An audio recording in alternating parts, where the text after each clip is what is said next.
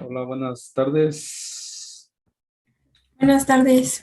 Buenas tardes. Hola, Hola, hola, ¿ya están listos buenas para tardes. iniciar? Sí, Sí, profe. Sí, bueno, antes de iniciar la clase de hoy, no sé si tengan alguna duda de la grabación del viernes, si la pudieron ver todos, Sí, ¿sí? ¿No tienen alguna duda? No, profe, todo bien. Yo no. Yo sí tengo una. A ver, Más que nada me entró la duda de cómo se determina cuando un gen es dominante o es recesivo. por la expresión, por ejemplo, en este caso tú observas las proporciones, Fernando, observas las proporciones de un gen. Por ejemplo, el factor RH. El factor RH en el grupo sanguíneo es un gen, un gen que es, bueno, es una característica que es heredada por un solo gen. Entonces, puedes, por ejemplo, en tu familia,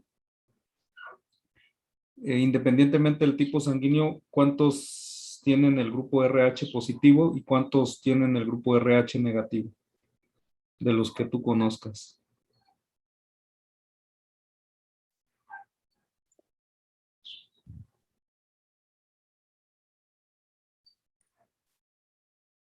No sé. ¿No? No. ¿Alguien que pueda saber ese dato? por ejemplo, en mi familia somos 3 positivos y 2 negativos. Dos, tres positivos y dos negativos. Ajá. Entonces, tus papás, ¿qué grupo sanguíneo tienen? Mi mamá positivo y mi papá negativo. Ujú. Entonces, aunque hay una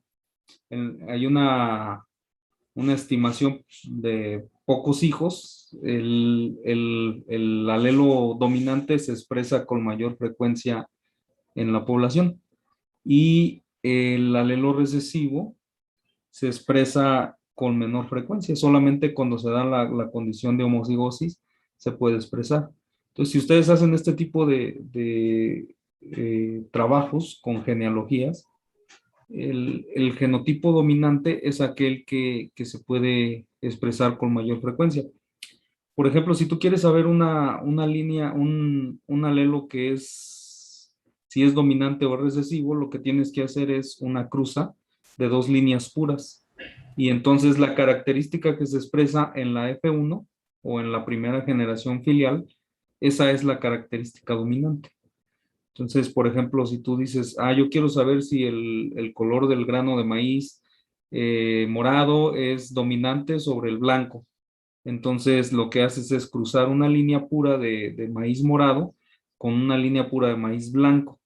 Y entonces, en la F1, en la progenie, se va a expresar el factor dominante. Todos los individuos, si presentan herencia mendeliana, va a tener una característica de la progenie dominante. Si el color del grano blanco es dominante, entonces toda la F1 presentará granos blancos. Si el color del grano morado es dominante, entonces toda la F1 será el grano morado. Cuando tú cruzas una línea híbrida, si no sabes los genotipos de los parentales, y supuestamente tú cruzas imagínate que cruzas una planta que tiene, una planta de maíz que tiene los granos de color morado con otra planta de maíz que tiene los granos de color morado. No sabes los genotipos de los parentales. Entonces, la progenie resultante, imagínate que te salen 90 individuos con granos morados y 10 individuos con granos, con mazorcas de grano blanco. Entonces, la proporción mayoritaria la tiene los granos morados, aunque aparece un fenotipo que no estaba en los parentales, que son los granos blancos, pero en una proporción más baja. Entonces, por eso te das cuenta qué característica es dominante, qué característica es recesiva. Como en los humanos, pues no, recuerde que, por ejemplo, en humanos, pues como pues a lo mucho hay 2 individuos, ¿no? Por progenie, en un cruzamiento de humanos. Entonces no podemos ver esa proporción, ¿no? Como si estuviéramos cruzando maíz o chícharos o moscas, donde tienen una N de progenie, donde podemos ver bien esos datos. En lo que se hace en humanos es utilizar una técnica o un estudio que se llama análisis de genealogías. Lo que hace es analizar a lo largo de genealogías o la historia genealógica de un individuo, por ejemplo, que tiene los ojos marrones. Entonces, buscando la genealogía del color de ojos marrón, pueden hacer esos análisis hasta pues generaciones anteriores, ¿no? Progenies, papás, abuelos, etcétera. Y entonces pueden determinar en base a eso cuál es la característica dominante, cuál es la característica recesiva. De hecho, esto lo van a hacer, ¿no? Ustedes van a hacer una genealogía de alguno de los caracteres en su familia.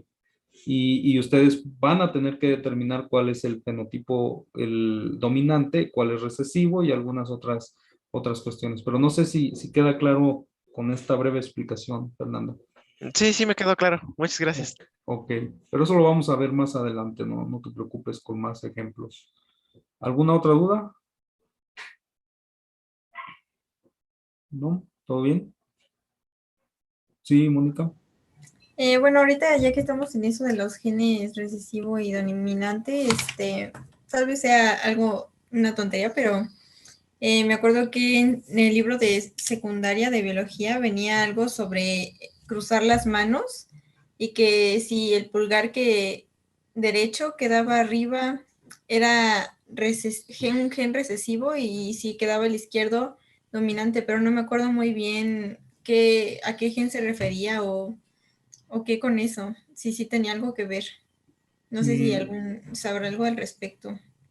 No, de eso no lo había escuchado. A ver, sé de algunas otras cuestiones monogenéticas en humanos, pero en humanos esas características que vienen heredadas en un solo gen se le llaman características monogenéticas, ¿no? Como si puedes hacer o no la lengua en forma de taco, enrollada, eh, cosas como el pico de viuda, en la terminación en pico del cuero cabelludo, algunas otras características que son monogenéticas, ¿no? Sí había escuchado algo acerca de algo en las manos, pero no era eso, ¿no?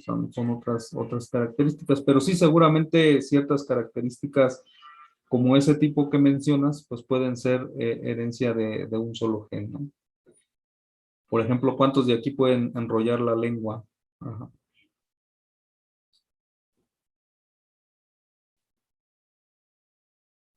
Esa es una característica monogenética, ¿no? Y si ven, es la mayoría.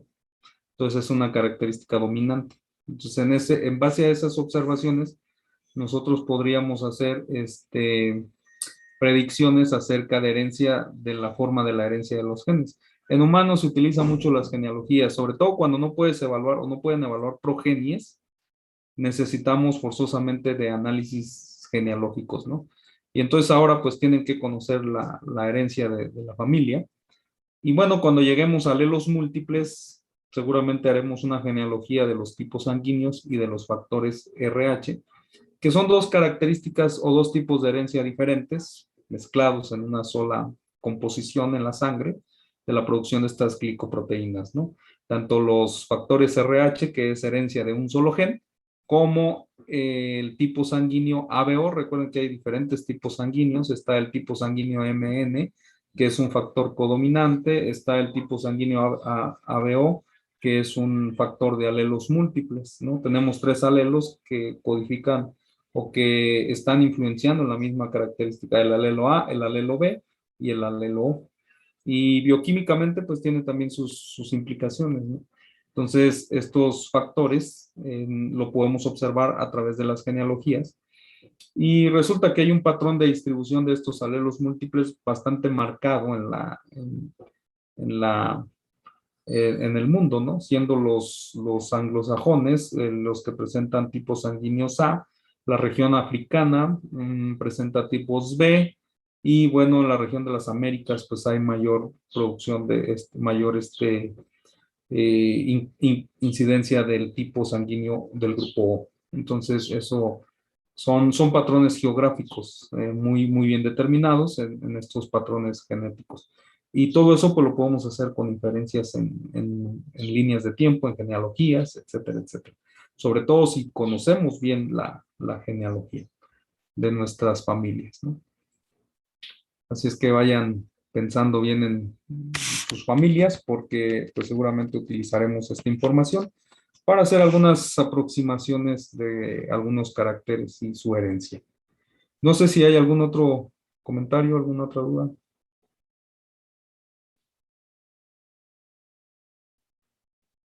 Si quieren saber si una característica es o no afectada por la herencia, pues necesitan hacer genealogías, ¿no? Y eso lo vamos a aprender pues más adelante, en un tema particular que se llama análisis de genealogías.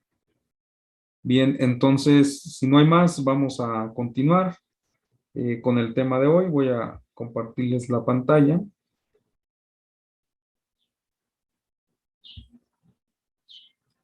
Y este es el tema de hoy, ¿no? Hoy vamos a ver algo acerca de reproducción celular y formación de gametos, que es muy importante para nuestro estudio. Cómo se van a formar los gametos y qué es la meiosis. Son algunas de las cosas importantes que necesitamos aprender para poder entender algunos otros aspectos dentro del curso.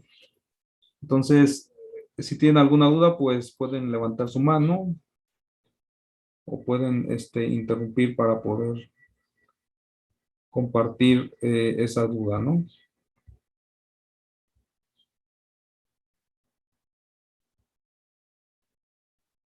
Bien, entonces tenemos la organización del material genético y vamos a ver algunos aspectos de reproducción celular, enfocándonos mayormente a lo que es la meiosis, que es la producción de los gametos, ya que pues en este caso nosotros estamos tratando de entender lo que es la herencia biológica, el paso de la información genética de una generación a otra. Entonces es importante entender lo que es la gametogénesis, ¿no?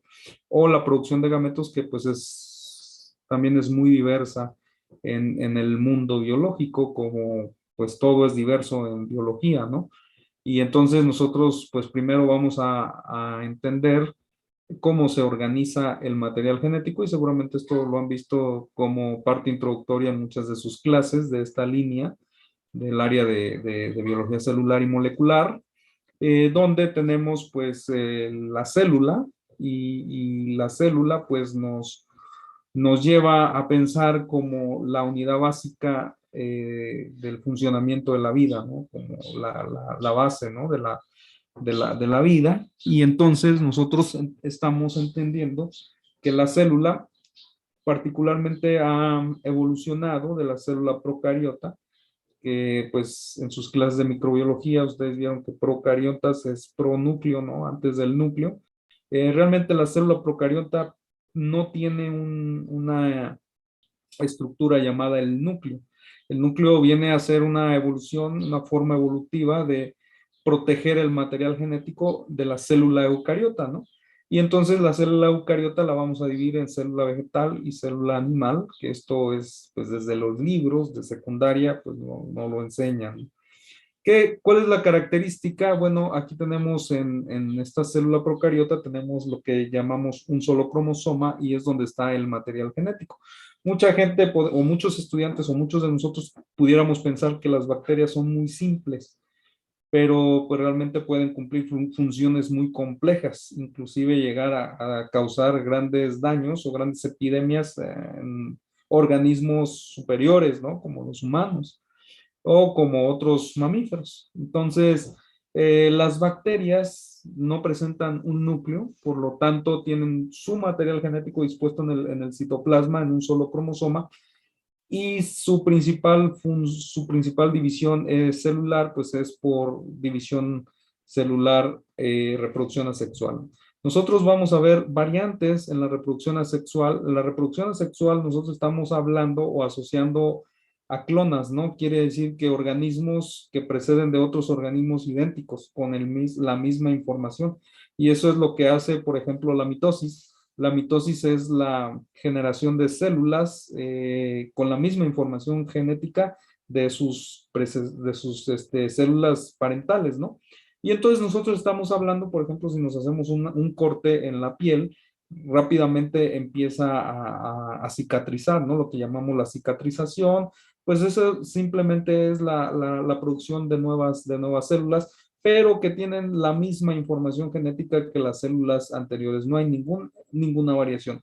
Y muchas veces nosotros asociamos la selección asexual, perdón, la reproducción asexual con poca o nada de variación. Y ahorita vamos a ver en algunos organismos como los hongos que se reproducen de manera sexual, sobre todo a la fase imperfecta, o los hongos microscópicos.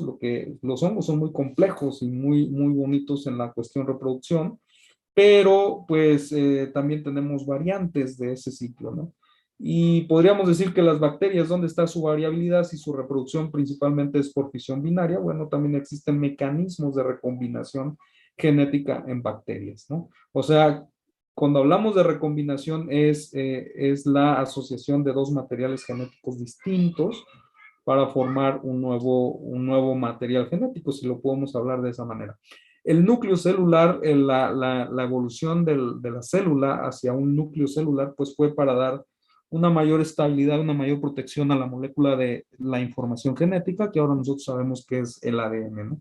Entonces, los ácidos nucleicos que son encargados del almacenaje y la transmisión de la herencia en diversos componentes, está almacenado en lo que llamamos nosotros el núcleo celular.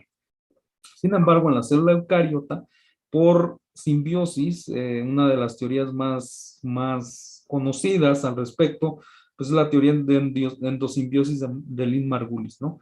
Esta teoría pues nos habla de la célula eucariota, engloba algunas estructuras o algunas bacterias que eran conocidas de vida libre y ahora pues tienen sus propios mecanismos de ácidos nucleicos. En ellos tenemos los cloroplastos y las mitocondrias, que también pues dedicaremos una unidad para analizar el material genético de la mitocondria y del cloroplasto. Entonces, nosotros tenemos la estructura, los ácidos nucleicos, que son el ácido desoxirribonucleico y el ácido ribonucleico, ¿no? Que sería el que guarda la información y el que le saca la información. Entonces, este es el binomio que vamos a encontrar de los ácidos nucleicos. Y bueno, si ustedes han leído acerca del origen de la vida, pues se podrán dar cuenta que recientemente la teoría que más pesa acerca de quién fue primero, el ADN o el RNA o el ARN, pues hay una fuerte sensación hacia la hipótesis de el RNA como una molécula precursora, ¿no? De la doble hélice del ADN. Y esto pues está basado normalmente en que el ARN tiene capacidad de almacenaje de la información genética, así también como una actividad catalítica, que es lo que hacen las proteínas. Y eso es sumamente muy curioso, solo que el ADN no tiene esas capacidades. El ADN solamente es de almacenar la información genética, ¿no? Entonces, la molécula estrella para muchos en los ácidos nucleicos, pues es el mensajero, ya que el RNA, ya que ese tiene la capacidad tanto de almacenar. Vemos que hay virus de RNA, donde su material genético es básicamente una molécula de RNA. ¿Cuál es la diferencia? No de bases, no constitutiva, sino la diferencia funcional entre el ADN y el RNA. Bueno, que el ADN es una molécula mucho más estable a la hora de ser una molécula de doble hélice, pues eso va a proteger más el código genético por la cuestión de las mutaciones, ¿no? De los cambios. Si ustedes ven en los virus de RNA tienen una tasa mayor de mutación que los virus de ADN, ¿no? Entre ellos encontramos los virus del SIDA, los coronavirus y bueno, muchos otros virus, ¿no? El virus del ébola. Entonces, grandes virus que tienen altas tasas de mutación, pues son virus de donde la información genética está almacenada en un ácido nucleico llamado RNA. Después hay una complementariedad, ¿no? Una transcriptasa inversa que pasa el mensaje, el RNA a un DNA y después se inicia otra vez la transcripción y la traducción y la expresión de las proteínas. Pero esto es lo que nos lleva a entender, pues, la teoría celular, donde vemos que la materia está compuesta por átomos, las células son la unidad básica de los seres vivos y todas las células se originan de células preexistentes. Y esto es lo que nos interesa a nosotros, ¿no? Todas las células se originan de células preexistentes. Quiere decir que entonces hay un material que está codificado para la continuidad, ¿no? Para la continuidad. Entonces, ¿qué es lo que pasa cuando, por ejemplo, las células empiezan a perder la continuidad, ¿no? Entonces, el organismo, pues finalmente llega a la muerte, ¿no? O sea, ya no puede haber reproducción, hay fallos, se va desgastando la actividad celular conforme a la edad y entonces, pues realmente ahí termina todo. Esto es importante, es algo que ya sabemos acerca de las teorías biológicas, y una de ellas pues es la teoría la teoría celular. En el núcleo cariótico, el ADN es bastante muy largo, por lo cual tiene que ser compactado, ¿no? Tiene que ser compactado y es cómo vamos a meter una línea grande de ADN, millones de pares de bases, si formáramos una cadena lineal. Entonces, ¿cómo se compacta el ADN en el núcleo? Bueno, el ADN no solo es una molécula que está sola, ¿no? En el núcleo, sino está siempre asociada a diversas proteínas, y en este caso, pues son las histonas. Las histonas son como una forma de empaquetar, ¿no? No sé si alguna vez ustedes, seguramente algunos de los ejemplos que les ponga, pues ya no son contemporáneos de ustedes, pero seguramente alguna vez jugaron al yoyo, ¿o no? Sí, ese que les... Sí. Bueno, entonces hagan de cuenta que las histonas son las paredes del yoyo y la cuerda es el ADN, ¿no? Entonces fácilmente podemos enrollarlo ahí y eso es la función que hacen las histonas. Por un balance de cargas, el ADN tiene una carga neta negativa y esta carga negativa se la da un grupo fosfato, ¿no? El grupo fosfato que queda libre en uno de los extremos.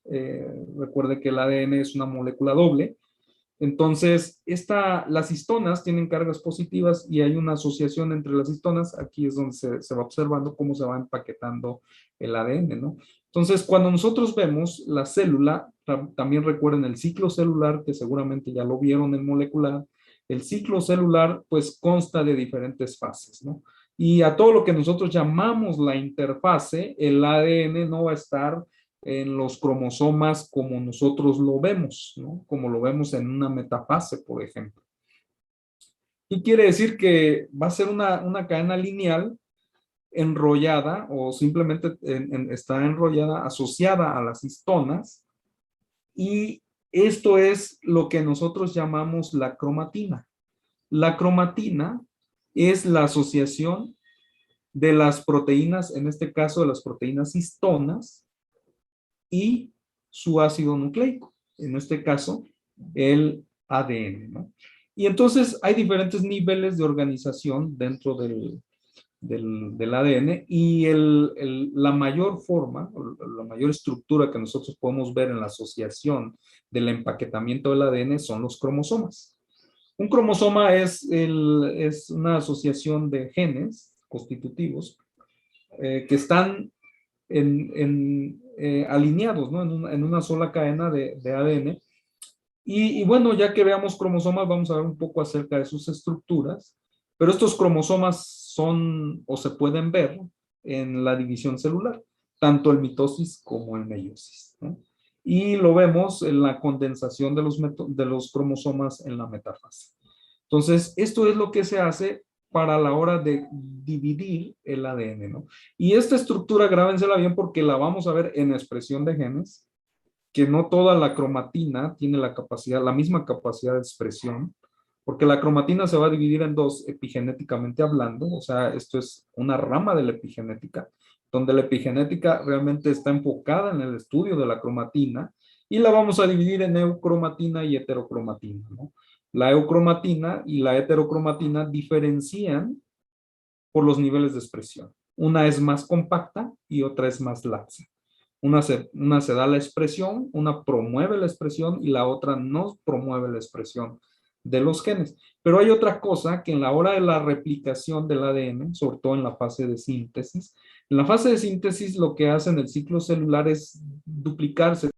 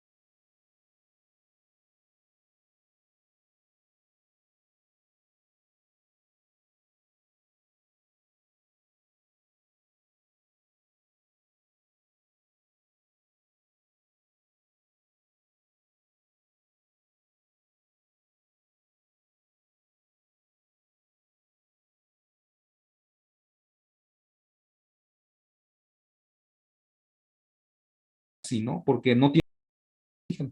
Y es una ribosa, es una pentosa, ambas son pentosas, simplemente es una variante donde no hay este oxígeno aquí, el hidrógeno está solo, ¿no? Entonces, para este carbono número 2, el ADN no tiene este OH y esto ya le da una nomenclatura totalmente diferente. Las bases nitrogenadas, ya las vimos, pueden ser purinas, donde las purinas son de doble anillo, que son adenina y guanina, y las pirimidinas, que son timina y citosina para el ADN, pero en el RNA o en el ARN no hay timinas, por lo tanto hay una molécula bastante similar en estructura que es el uracilo, ¿no? Y entonces el uracilo cuando el uracilo, estas bases nitrogenadas pueden complementarse entre sí para formar puentes de hidrógeno. Una adenina se complementa ya sea con una timina o un uracilo en el ARN. Una guanina se complementa con una citosina y van a formar puentes de hidrógeno entre estas moléculas para hacer que la molécula vaya tomando una forma como de espiral. Estos puentes de hidrógeno van a ser entre guaninas y citosinas 3 puentes de hidrógeno y entre adenina y timina u uracilo, bueno, uracilo no porque no hay una doble cadena en el RNA, aunque forman dobles cadenas, por ejemplo, en el RNA de transferencia, como lo vemos aquí, se pueden plegar. Pero hay 2 puentes de hidrógeno, por lo tanto, también a la hora de la replicación, los componentes en los segmentos de ADN donde hay adeninas timinas son mucho más fáciles de romper que donde hay citosinas guaninas, ¿no? Luego, en algunos estudios podemos nosotros ver el componente GC. Con conocer nosotros el componente de guaninas y citosinas nos da una idea de la estabilidad de la molécula, ¿sí? Ahora, la presencia de las guaninas es proporcional a la presencia de las citosinas y las timinas proporcional a las adeninas. Eso es lo que estamos viendo de manera estructural en los grupos de la estructura de los ácidos nucleicos. Y aquí está, ¿cómo se van a unir? Bueno, se unen por estos enlaces. Aquí tenemos, vean, esta es la carga neta negativa que se le da al ADN. El ácido, pues está formado por este grupo fosfato, el azúcar, y su base nitrogenada, ¿no?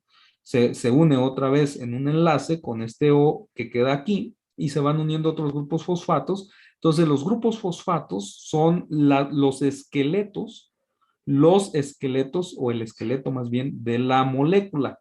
De manera interna, el azúcar que va sosteniendo a una base nitrogenada, como la vemos aquí.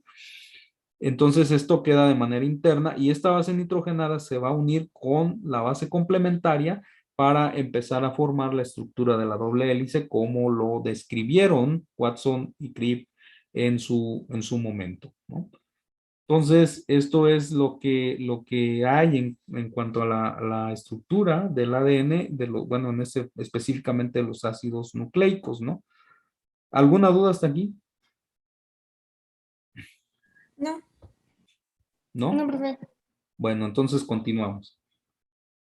Por mucho tiempo se supo que el dogma central de la biología molecular era la ADN, ARN y proteínas, ¿no? O sea que el flujo de la información genética era ADN, del ADN vamos a ARN y después vamos a sacar las proteínas, ya que las proteínas son el producto final de la expresión de los genes. Entonces estamos hablando que la proteína va a ser a nivel molecular nuestro fenotipo, ¿sí? Y esto lo vamos a ver muy bien en alelos múltiples, cuando veamos nosotros por pruebas inmunológicas de aglutinas o aglutinaciones en placa de una relación antígeno-anticuerpo y podemos ver la expresión de las proteínas, pero también el fenotipo pues, que nosotros observamos, ¿no? Por lo tanto, nosotros ya sabemos que el genotipo es la base constitutiva de todos los genes, de todo el conjunto genético de un organismo, y el fenotipo es la apariencia, o sea, lo que se expresa de ese genotipo, ¿ok? Pero recientemente o en años anteriores, pues los virus siempre andan cambiándonos todos a nivel molecular, pero pues no los podemos olvidar, ¿no? No los podemos obviar a los virus, ya que pues son componentes muy importantes en la historia evolutiva de la biota. Y tenemos entonces que el ADN, aquí tenemos los nucleótidos, que son los que forman los ácidos nucleicos. Entonces los nucleótidos pueden ser de ADN o RNA. Y entonces puede haber estos pasos, ¿no? Ustedes pueden hacer estos pasos en el laboratorio, tanto formar una cadena sencilla de ARN en lo que llamamos el RNA mensajero, y también puede haber la transición de una molécula de ARN a hacerla ADN, ¿no? O sea, una molécula bicatenaria de la doble hélice.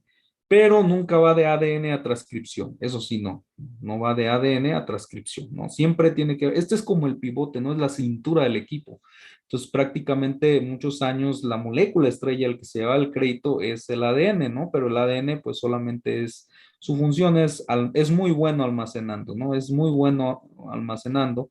Ahora sí, como dicen por ahí, es muy buen confidente, guarda bien los chismes, pero el RNA es muy astuto, es demasiado astuto porque le sabe el código, no sabe de qué pie cojea el ADN y entonces el único capaz de descifrar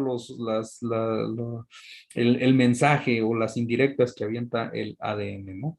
Y entonces hemos entendido cómo funciona esto, pero el ARN es una molécula muy primitiva, ¿no?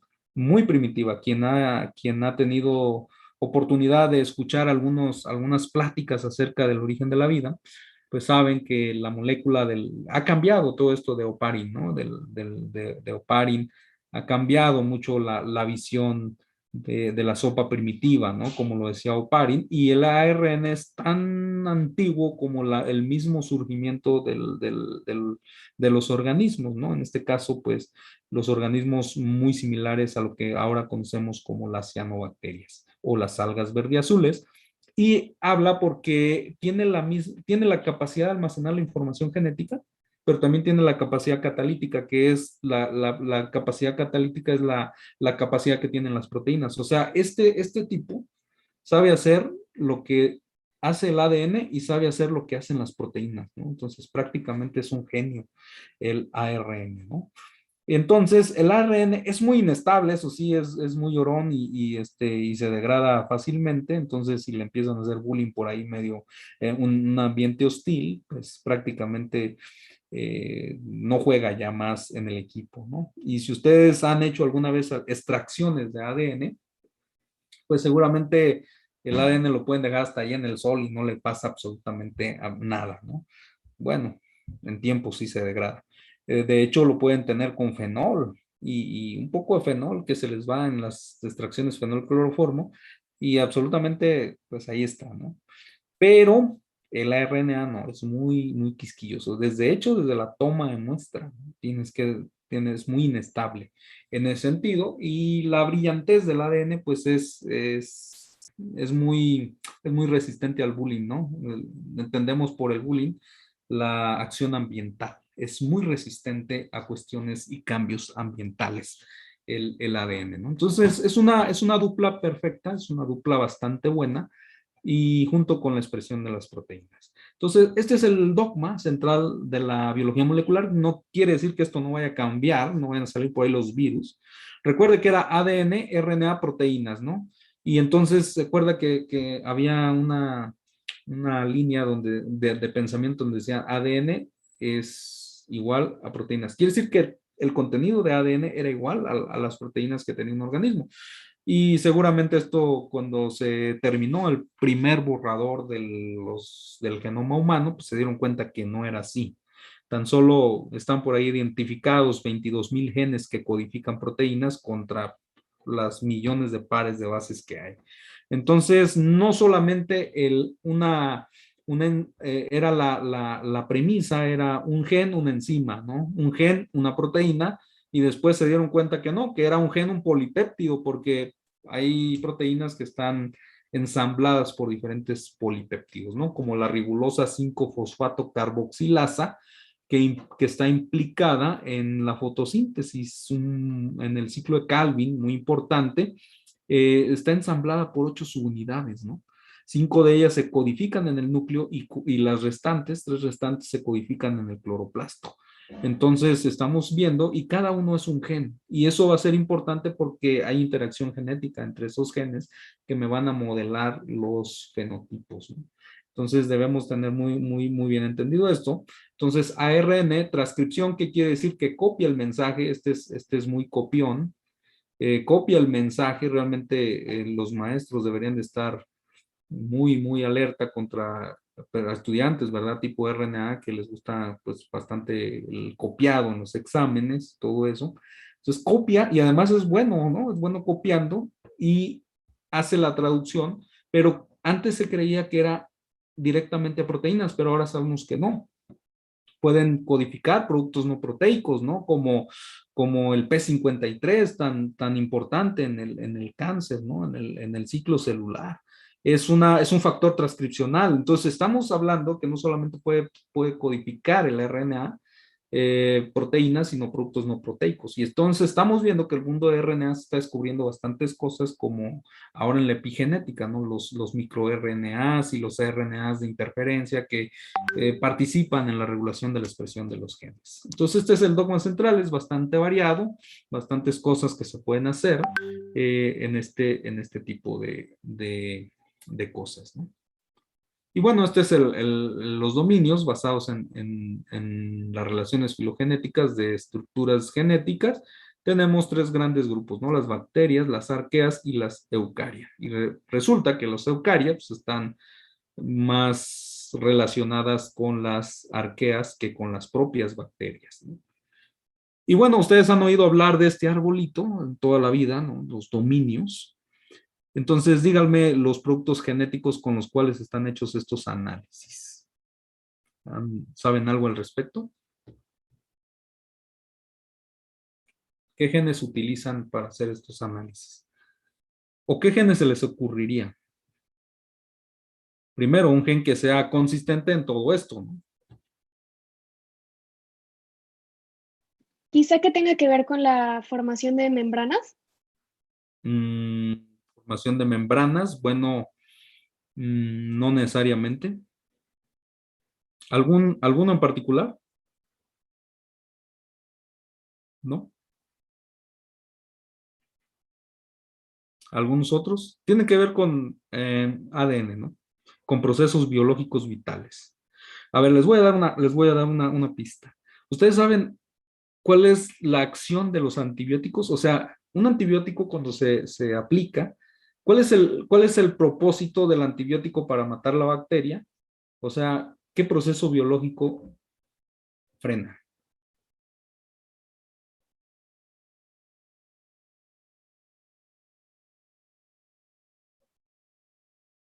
La división celular. Bueno, algunos la división celular, algunos otros. ¿Cuál es el paso fundamental para que la célula no se divida?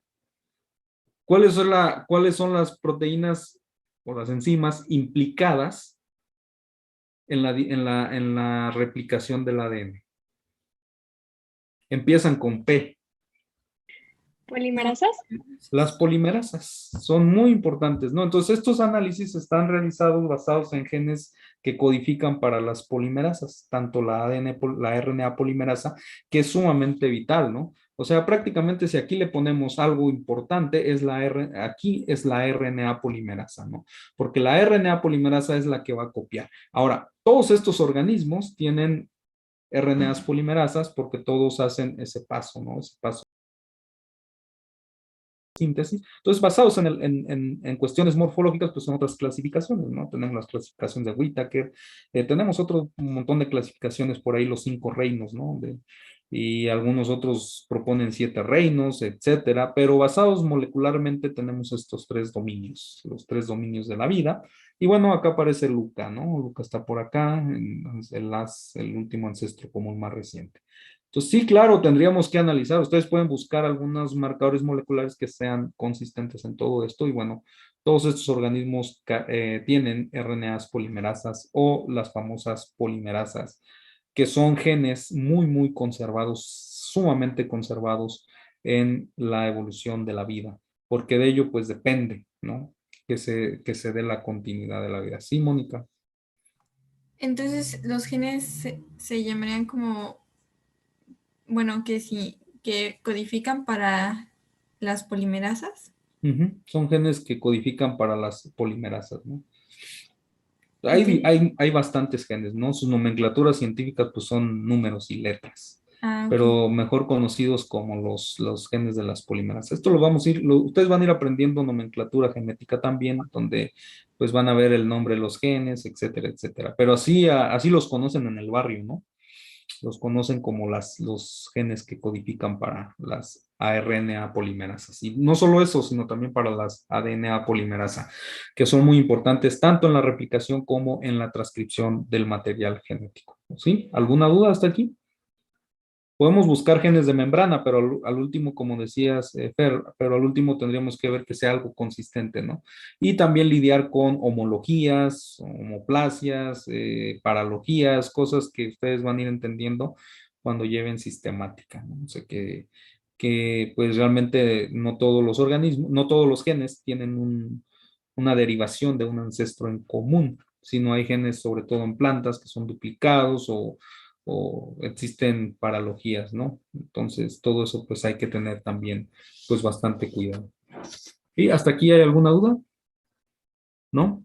Bueno, entonces seguimos con la reproducción celular y tenemos aquí a las famosas bacterias por lo llamado fisión binaria, ¿no? Que hay una replicación de su material genético, en este caso el material genético de las bacterias es circular, es un cromosoma, un solo cromosoma circular que se va a dividir, ¿no? Y por lo tanto, esta bacteria y esta otra tienen exactamente la misma información genética. Pero las bacterias son tan diversas porque existen mecanismos de recombinación genética, mediados por ellas mismas, mediados por agentes externos o mediados por virus. Tenemos entonces por ellas mismas se forma lo que se llama la conjugación. La conjugación es el intercambio de información genética entre bacterias, en este caso denominadas bacterias macho o bacterias F más y bacterias F menos. Hay diferentes tipos de bacterias que van a tener, o sea, una es la donante y otra es la receptora, ¿no? Y hay la formación de un puente de conjugación, esto ustedes ya lo han visto seguramente, y entonces hay un intercambio de información genética de estos dos individuos, ¿no? Y eso es lo que hacen los plásmidos. Normalmente también cuando alguna bacteria adquiere un gen de resistencia a un antibiótico o a una condición ambiental, pues se va pasando la información de bacteria en bacteria por el medio de conjugación y esto es lo que ha caracterizado a la bacteria, pues una mayor protección, ¿no? Una mayor diversidad. Hay otros mecanismos por agentes externos o por ADNs externos, ¿no? Es el mecanismo de transducción y hay mecanismos también mediados por virus o transformación, ¿no? Lo que veíamos con Alebri y de estos trabajos donde transformaban bacterias. Entonces, hay organismos que también tienen la capacidad, por ejemplo, Agrobacterium tumenfensis tiene la capacidad de formar tumores o transformar las células de las plantas para la formación de tumores. Hay otros en humanos, ¿no? La Helicobacter pylori, que también tiene la capacidad de transformar las células de los gastrointestinales para también poder formar ahí algunas tumores en úlceras gástricas. Entonces, pueden modificar genéticamente las células de sus hospedantes. Hay otros organismos, como los hongos, que pues se pueden dividir en fases imperfectas, lo que vamos a llamar la reproducción sexual y asexual y la reproducción sexual, ¿no? Se supone que aquí, dijéramos, no hay variabilidad genética, ¿no? Porque es una clona, pero pues en hongos asexuales se ha visto lo que se conoce como el ciclo de parasexual, que es una forma de recombinación. Hay otros fenómenos muy interesantes que se llama heterocariosis o la heterogamia, que es el intercambio de núcleos entre cepas compatibles, pero diferentes, ¿no? Entonces estamos hablando que hay mecanismos para lo cual se puede haber una transacciones en los diferentes núcleos y esto pues puede adquirir cierta variación. Pero pues la fase sexual o los hongos, sobre todo los basiomicetos y los ascomicetos, forman estructuras de reproducción sexual donde se da la formación de gametos, ¿no? La diferencia entre sexual y asexual no es la variación genética porque hay eventos de reproducción asexual como el ciclo parasexual de los hongos que produce variantes. Aquí también hay variación genética en este proceso de reproducción que es mediado por recombinación. No es una reproducción sexual porque no implica la formación de gametos, ¿sí me explico? Entonces tiene que haber una formación de gametos para poder el tener esta esta parte, ¿no? Y la formación de gametos implica reducir la información genética a la mitad para poder ser complementaria con la mitad de la otra información que viene de parte de la madre. En otras palabras, sufren una meiosis. La meiosis, entonces, tenemos que es la formación de gametos, ¿no? Y forman estructuras y combinaciones de las líneas gaméticas de todo el genotipo. Y esto va a depender del número haploide de cromosomas que tenga cada uno de los individuos, las diferentes combinaciones gaméticas que se pueden formar dentro de los organismos. Y esto es muy importante, ¿no? Entonces, la formación de gametos nos va a llevar a tener esta información en la meiosis para poder trascender la información genética hacia nuevas combinaciones, ¿no? A nuevos horizontes. Y bueno, aquí tenemos los hongos. Pues, los hongos pues tanto se reproducen asexual como sexualmente. Hay implicación de gametos y hay no implicación de gametos. Ustedes pueden cortar un pedazo, un segmento de micelio de hifa y pueden colocarlo en otro sustrato libre de ese hongo y entonces ahí van a tener el organismo, ¿no? Lo que hacen normalmente en las cajas de Petri cuando quieren tener cultivos puros, sin la formación de esporas, pues utilizan lo que se llama punta de hifa, ¿no? Se toman un segmento de la hifa, lo colocan en otra caja nueva y bueno, va a desarrollar un organismo. Pero cuando se da lo que ahora la temporada de los hongos, ¿no? Los famosos cuerpos fructíferos que por ahí se ven en el campo y que todos los biólogos, o al menos muchos de nosotros, esperamos esa temporada y algunos pues con otros fines, ¿no? Entonces hay diferentes fines a los cuales pueden ir a los bosques y podemos observar ahí la formación de estos cuerpos fructíferos que tiene que ver con la formación de esporas. Y entonces se van a formar los diferentes, cada grupo de hongos pues va a tener su propia forma de reproducción, pero lo importante es que se forman estos gametos, ¿no? Entonces, los gametos, pues ocurre la meiosis cuando se forman los gametangios, o sea, los gametangios son estructuras que producen gametos, se hace una reducción de la información genética y entonces tenemos la liberación de las esporas que van a unirse con otros gametos para poder formar un nuevo individuo donde pues ya va la información genética tanto de diferentes organismos. Hay también organismos en las plantas inferiores donde tenemos, por ejemplo, no solo en los helechos y en las briófitas, sino también en muchas de las algas, tenemos que hay ciclos, diplontes o haploides, ¿no? Y de hecho hay una de las categorizaciones en base a los grupos que llevan a cabo en los ciclos de vida. Y en la fase haploide, pues se están produciendo la meiosis. Otra vez, la meiosis, la producción de gametos, esporas, etcétera. Y al unirse complementarse estos gametos con gametos masculinos versus gametos femeninos, van a formar un cigoto o aquí un gametofito. Y entonces después pues hay sucesivas, una vez formada el cigoto o el gametofito, hay una sucesividad en divisiones celulares, pero ya vía mitosis, ¿no? Entonces aquí hay ya la complementación de la formación de esporas, de gametos, etcétera, con pues la mitad de la información genética de los organismos para poder haber una variabilidad mucho mayor. Claro, la variación que hay en la meiosis es mucho mayor a la comparada con las otras formas de reproducción que no implican prácticamente una meiosis, ¿no? No sé si hay alguna duda hasta aquí. Yo sí tengo dos dudas, son rápidas. Cuando mencionó la parte de conjugación de las bacterias, mencionó que una era F+ y la otra F-, pero me confundí, creo que lo anoté mal. ¿F+ es el donante o es el que recibe? El donante. Ah, ok. Y la segunda pregunta, igual en la parte de conjugación, no recuerdo si bueno, no sé si llamarlo organelo, sino la estructura que hacía como transporte es el pili o es otra cosa. El ¿Sí? pili. ¿Es pili? Ah, ok. Vale, solo era eso. Gracias. A través del pili se elonga y se forma un puente de conjugación. Muchas gracias, ya, solo era Sí, no. eso. Ok. ¿Alguien más? ¿No?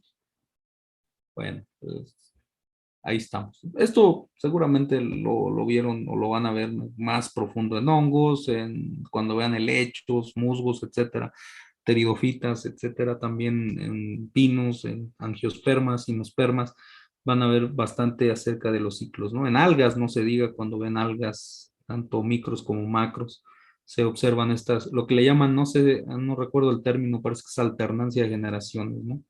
Donde hay la producción de esporas, la producción de gametos. Entonces, lo único que tienen que identificar es, pues, aquí, ¿no? Yo les puedo decir, bueno, ¿dónde es la fase diploide? Pues está asociada a una meiosis y la fase, perdón, una mitosis y la fase haploide está asociada a una meiosis, ¿no?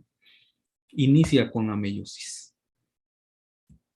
Entonces, dentro de la biología molecular, nosotros vamos a encontrar lo que es la reproducción, lo que es el ciclo celular. Para el ciclo celular, nosotros vamos a entenderlo de esta manera, que es como esta imagen que les presento.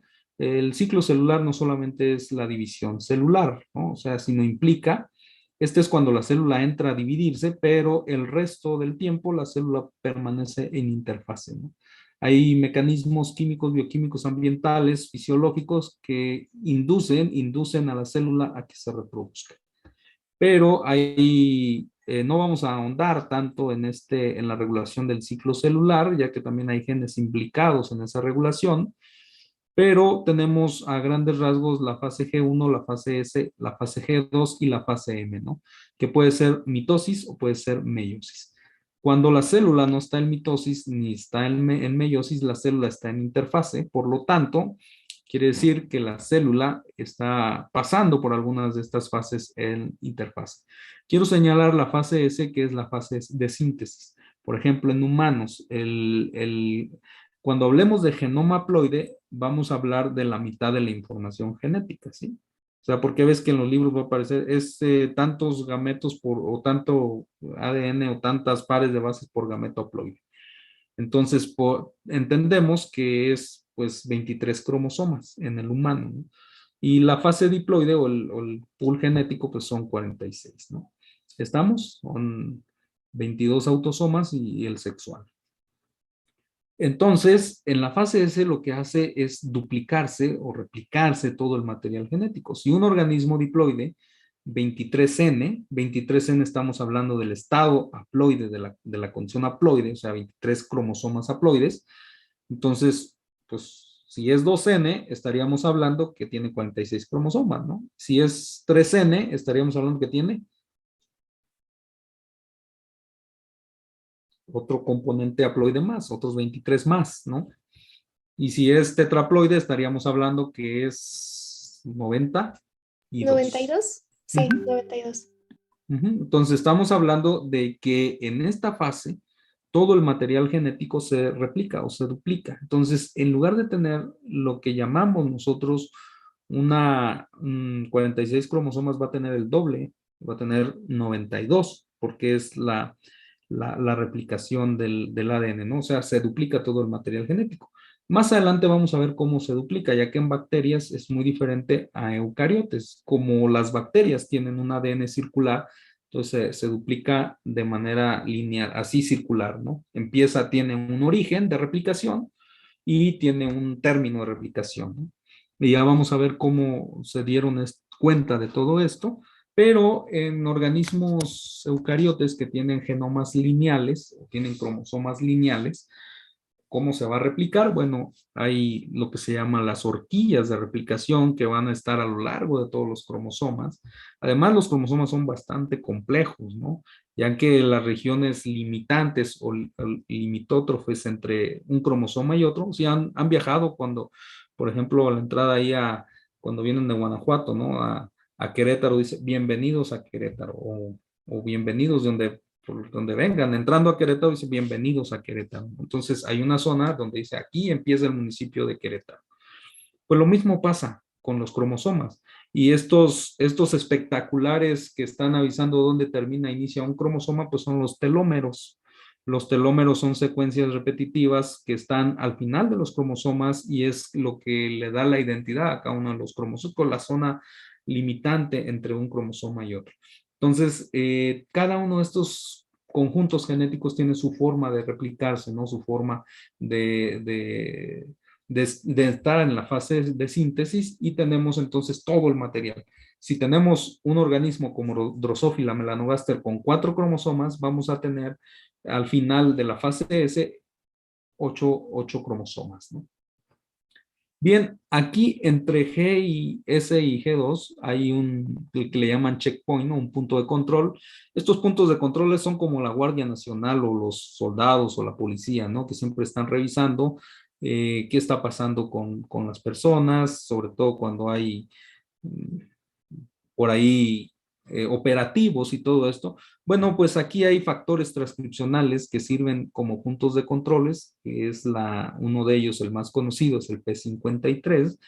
El P53 es duro, es intolerable a las mordidas, ¿no? Por ahí de las células. Es intolerable y es un buen factor de transcripción, entre otros, para checar base por base el ADN, ¿no? Si el factor de transcripción encuentra, o estos grupos de factor de transcripción encuentran el ADN dañado, porque en fase de síntesis puede ocurrir daños fortuitos en el ADN por la misma replicación de la molécula, aunque, perdón, aunque la molécula tiene su propia herramienta para reparar toda esta replicación, pues siempre por ahí pueden surgir errores, ¿no?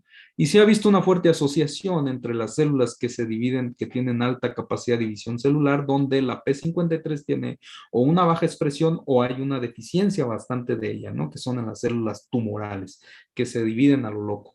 Entonces, cuando hay un daño fortuito en el ADN, lo que pasa con esta molécula es que le pega una señal, un péptido señal que lo manda al proteasoma, o lo manda, perdón, es una ubiquitinación, y lo manda a muerte celular programada, ¿sí? Esa célula va a morir.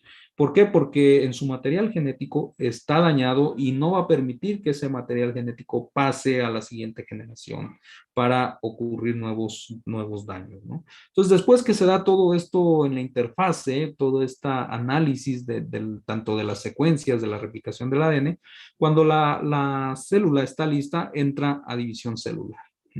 Si la fase, aquí en esta fase no pasa, no hay un punto de control donde lo retiene, la célula se va a muerte celular programada y entonces ahí se acaba ese daño fortuito, ¿no? Eso no pasa en las células de cáncer.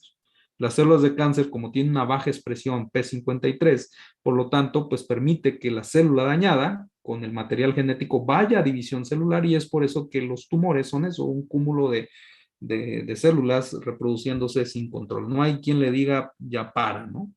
Entonces, tenemos estas fases en la mitosis. La mitosis, recuerde, es la división celular que se va a generar en las células que no están en los gametos y van a producir 2 células hijas con la misma información genética, ¿ok?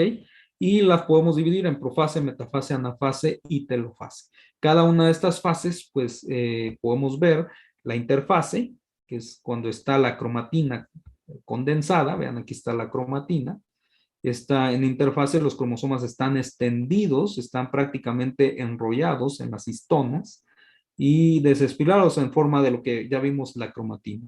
Cuando la célula entra a división celular, esta cromatina se empieza a condensar y los cromosomas se empiezan a enrollar y se acortan los centriolos para que se empiecen a separar estos cromosomas. Recuerde que la secuencia de nucleótidos que está entre cromosomas es los telómeros y son regiones especie específicas. ¿Qué quiere decir? Que cada una de las especies biológicas tiene sus propias secuencias teloméricas, ¿no? Entonces, esto es sumamente muy interesante. ¿Cómo se puede dar esa especificidad a nivel de especie? Por la constitución de los telómeros. Y entonces, en esta profase se empieza a separar estos telómeros, entonces, juntamente con sus respectivos cromosomas, para que se empiecen a alinear hacia la base ecuatorial, donde vamos a tener ya la máxima condensación de los ácidos del ADN en los cromosomas, y es donde vamos a ver cromosomas. Si ustedes hacen una tinción para una célula en interfase, la van a ver así, ¿no? Si hacen una tinción para una célula en profase, lo van a ver de esta manera. Una célula en prometafase, que es donde ya los cromosomas se empiezan a estructurar claramente, y el metafase es cuando se ven ya los cromosomas alineados, ¿no? Y el cromosoma tiene algunas estructuras, bueno, algunas formas, por ejemplo, celulares, como son los microtúbulos, que se van a formar, los cinetocoros. Estos pues ayudan a la movilidad, ¿no? Lo que es el citoesqueleto celular ayuda a la movilidad de los mismos cromosomas para las diferentes migraciones, ¿no? Entonces, cuando hablamos de migraciones, los cromosomas también son expertos en ese sentido. Claro, no los vamos a ver así, ¿no? Realmente cuando vemos una tinción citológica de cromosomas, pues los vemos todos como si fuera un rompecabezas, y la imagen que se ve aquí, pues hay que armar esos rompecabezas y ya no lo ponen de esta manera, ¿no? Una manera muy bonita, muy ilustrativa, donde los cromosomas están alineados, y estos cromosomas pues se van a separar las cromátides para emigrar a los polos opuestos, que es en la anafase, ¿no? Y aquí empiezan la migración. Entonces recuerdan que en la fase de S se había replicado el material. Entonces, tenemos 92, ahora 92 componentes cromosómicos, 46 se van hacia un lado y 46 se van hacia el otro lado, ¿no? Para formar lo que es la anafase, las cromátides entonces empiezan a separar, y hacia uno de los polos se va un componente, un pool genético con 46 cromosomas en humanos, y hacia el polo opuesto se va otro componente con la misma información genética, ¿no? Hacia el otro. Por lo tanto, en la telofase, cuando es la separación, telofase o citocinesis, es donde se separan las células, empiezan a formar otra vez la membrana, ya que las membranas nucleares empiezan a desaparecer al inicio de la mitosis, de la división celular, y después empiezan otra vez a formar las membranas de cada una de las células para después dividirse en dos células hijas, con la misma información genética de la madre, de la célula madre, ¿no? Bueno, en las células vegetales, pues tenemos que hay otros tipos de componentes, ya que ellos pues tienen pared celular, donde se va a formar una placa celular para la síntesis de la lignina y de la celulosa para formar la pared celular, ¿no? Entonces, es un gasto energético bastante complejo, pero bastante demandante, perdón, pero bueno, tenemos al final la división celular, y estas células tienen la misma información genética que la célula que les dio origen, ¿no? Por eso dice la teoría celular, todas las células preceden de una célula ancestral o existente. No sé si tengan alguna duda con la mitosis, No, profe. ¿no?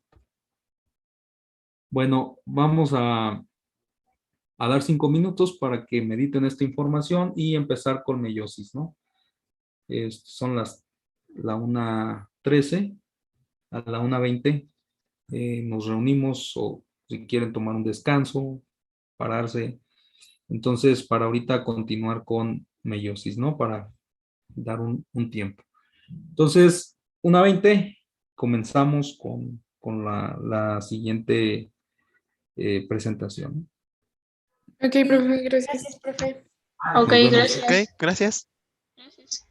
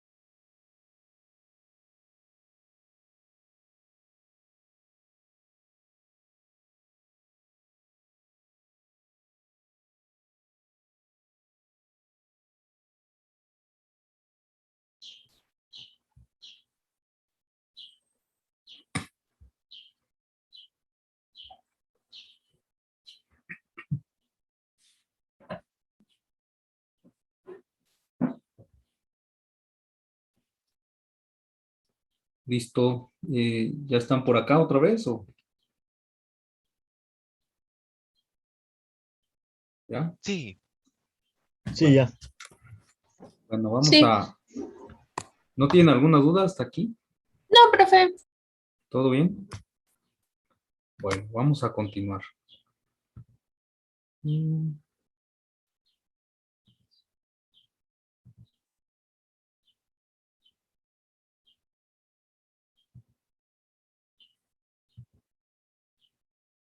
Nos habíamos quedado aquí en la mitosis.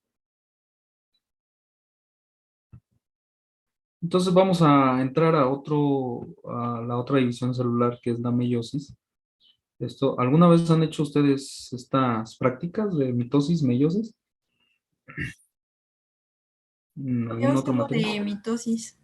¿Nada más vieron mitosis? Bueno, entonces vamos a ver la meiosis, que es la parte que realmente nos interesa un poco más.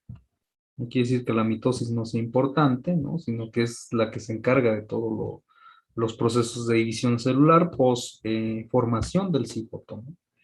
Entonces, vean, esta es una ejemplificación de la mitosis y vamos a tener al final una célula que entra a división celular con todo el material genético duplicado y vamos a tener células hijas 2N, ¿no? O sea, ¿qué quiere decir? Que va a tener la misma información genética que que la célula madre.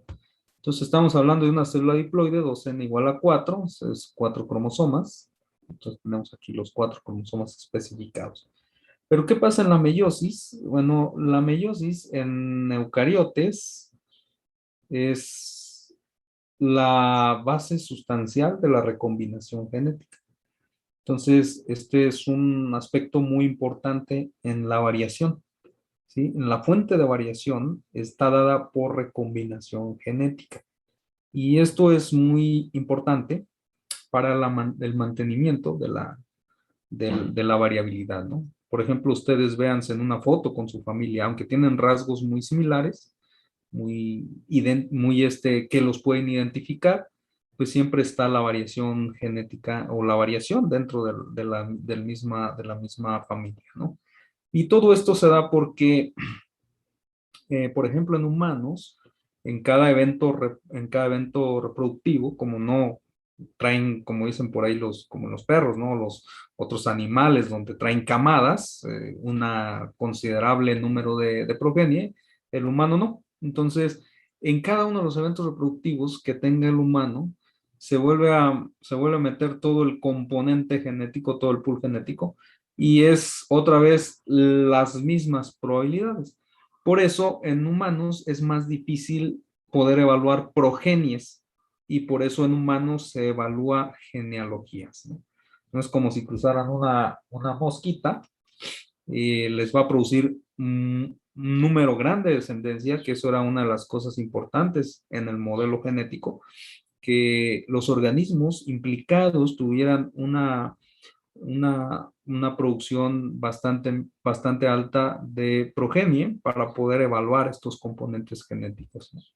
Y poder entonces empezar a asociar patrones. Entonces, en el meiosis la vamos a dividir en dos grandes componentes, que es la meiosis 1 y la meiosis 2. Ahora, ¿cuál es la diferencia? Bueno, la diferencia que la meiosis 1 y específicamente en la profase hay un evento que se llama sinapsis y la sinapsis es la unión de las cromátides hermanas. Vamos a entender por cromátide a cada uno de los componentes cromosómicos, ¿no? En este caso, tenemos que es la cromátide hermana. ¿Por qué la cromátide hermana? Bueno, porque son cromosomas homólogos que vienen de eventos de especiación, ¿no? Entonces, al formarse esta sinapsis, se da una recombinación genética. ¿Qué quiere decir? Si ustedes ven en esta imagen, hay un paso del componente anaranjado, el componente naranja, hacia el componente azul y viceversa. Entonces, hay esa mezcla genética o entrecruzamiento. Y a eso se le llama recombinación genética, ¿no? Y los genetistas como Stutterman y todos estos al inicio del siglo XX, pues empezaron a distinguir este tipo de fenómenos, ¿no? De la recombinación.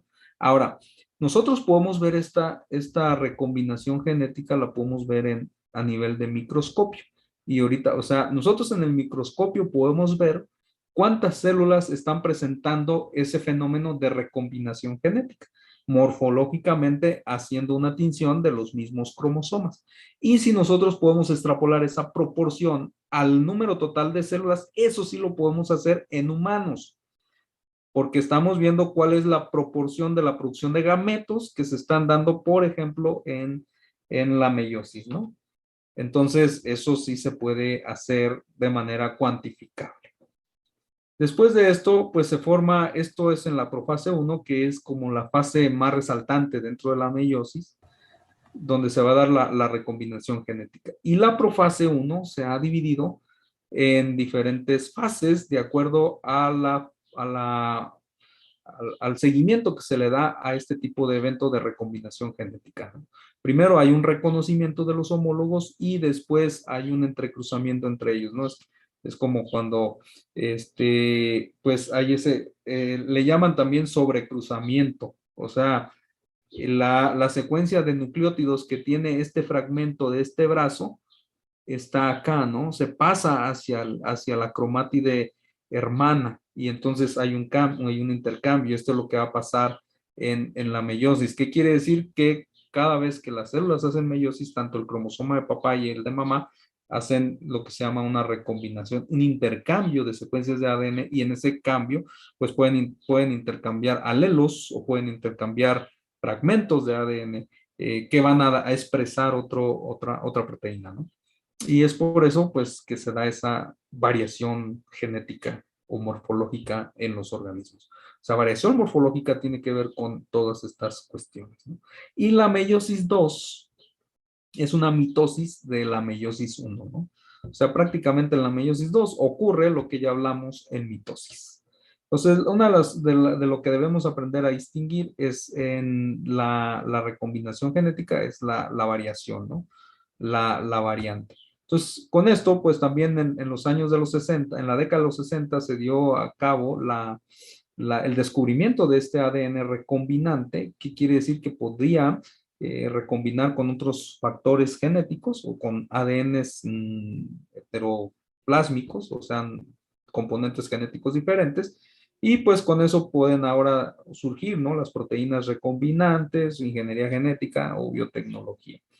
Y esto, vamos a hablar un poco acerca de lo que ocurre en profase 1, donde se da sinapsis. Entonces, podríamos decirlo que la profase 1 es la que va a resaltar dentro de la meiosis, porque es donde se da este fenómeno que es recombinación genética. Y esto es algo muy importante, que es la base de nuestro estudio en esta materia.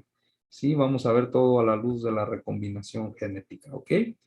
Entonces, si nada se ve a través de los ojos de la evolución, si nada en biología tiene sentido, si no es a través de la evolución, Theodor Tomsansky, entonces nada tiene sentido en genética si no es a través de la recombinación. Y eso es muy importante en genética. ¿Qué pasa en profase 1? ¿Qué es lo que pasa en la profase 1? Bueno, en la profase 1 hay estas características que van a presentarse dentro de la profase y estas características según lo que va ocurriendo con los homólogos. Ahora, ¿qué es una cromátide? Una cromátide pues es lo que se forma. Esta es una cromátide, ¿no? Son las cromátides. Entonces la cromátide pues es un conjunto genético donde pues es una parte, ¿no? Es una parte del componente genético de un organismo. Y entonces estamos hablando que hablar de homólogos es hablar del cromosoma de papá y del cromosoma de mamá. ¿Sí me explico? O sea, son cromosomas homólogos. Ven, si nosotros tenemos un cromosoma, por ejemplo, el cromosoma de papá, lo vamos a poner aquí. Y por otro lado tenemos el cromosoma de mamá. Este es el cromosoma de mamá, ¿no? Papá tiene un cromosoma de su papá y tiene un cromosoma de su mamá. Y así sucesivamente. Entonces, acuérdense que en organismos diploides, 2N, tenemos que en la meiosis se empareja, ahora sí como dice cada oveja con su pareja, cromosoma 1 con el cromosoma 1 que dio papá y el cromosoma 1 que dio mamá. Este no va a buscar al cromosoma 1, perdón, no va a buscar al cromosoma 20, ¿no? Sino va a buscar al cromosoma 1 donde se van a emparejar y eso, a eso se le va a llamar sinapsis. Recuerden que el ADN no está en forma de cromosomas en la interfase y por lo tanto aquí no están los cromosomas como tal, como los vemos aquí. Por eso los homólogos, cromosoma 1 de cromosoma 1, vienen y se emparejan. Entonces, haz de cuenta que se alinean, ¿no? Nunca han jugado un juego donde, espero que sí lo hayan jugado, si no ya me van a hacer sentir muy antiguo, ¿no? Entonces, han jugado un juego donde están todos en grupo, ¿no? Y cada uno, el encargado del juego les da un nombre, se llama Buscando Pareja, le da un nombre de algo, ¿no? Una cosa, puede ser manzana o algo, le da a un individuo y al azar se lo da al otro. Y después a la voz de que empiecen el juego, todos salen gritando su palabra o su frase hasta que puedan encontrar al complemento, ¿no? Al otro individuo que tiene la misma frase y entonces la última pareja en formarse, pues prácticamente va a tener que pagar un premio, ¿cómo le llaman? ¿Un Va a castigo? tener que hacer algo. ¿Un qué, perdón? ¿Un castigo? Un castigo, exactamente, ¿no? Entonces eso es lo mismo que pasa, no sé si lo han jugado. Algún día lo vamos a jugar, ¿no? Bueno, si nos dan la forma presencial y con conceptos de genética. Entonces se encuentran y se emparejan, ¿no?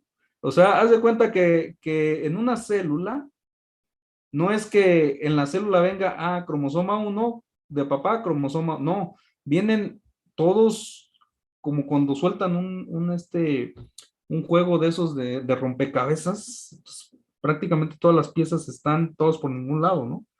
Entonces lo que hacen es, los homólogos se emparejan y hay un reconocimiento en las secuencias de los homólogos. ¿Qué quiere decir que es un homólogo que viene de un ancestro común, ¿no? Por ejemplo, los genes de la beta globina, que nosotros lo podemos rastrear hacia organismos mucho menos recientes o más antiguos, y nosotros podemos empezar a buscar esos factores homólogos. Ahora, se dice que el cromosoma X y el cromosoma Y no son homólogos, pero hay una región muy particular en esos dos cromosomas que son homólogas, es una secuencia de genes homólogas, para que pueda ocurrir esto en la meiosis, ¿no? Porque el cromosoma X y el cromosoma Y, vamos a verlo cuando veamos herencia y sexo, cosas muy interesantes sobre estos dos cromosomas. En primera, no son homólogos, ¿no? El cromosoma X y el cromosoma Y, pero hay una región muy pequeña que sí es homóloga en el X y en el Y, y esto es lo que permite su distribución independiente en la meiosis. ¿Sí me explico? Entonces, los homólogos se emparejan. Y esto es que a cada una de estas se le llama cromátide, ¿no? Entonces, esta es la cromátide hermana. Esta viene de papá, esta viene de mamá. ¿Sí me explico? ¿Hasta aquí vamos bien? ¿O hay confusión? Profe, yo solo tengo una duda. A Ay, ver. perdón, creo que interrumpí a alguien. No. Adelante. Ok, gracias, perdón. Es que a veces, bueno, yo he oído que le dicen cromosoma al que está conformado de solamente una cromatida, pero también al que ya pasó por esta replicación y tiene dos cromátidas. Entonces, ¿es correcto decir cromosoma de una cromatida y cromosoma de dos cromátidas?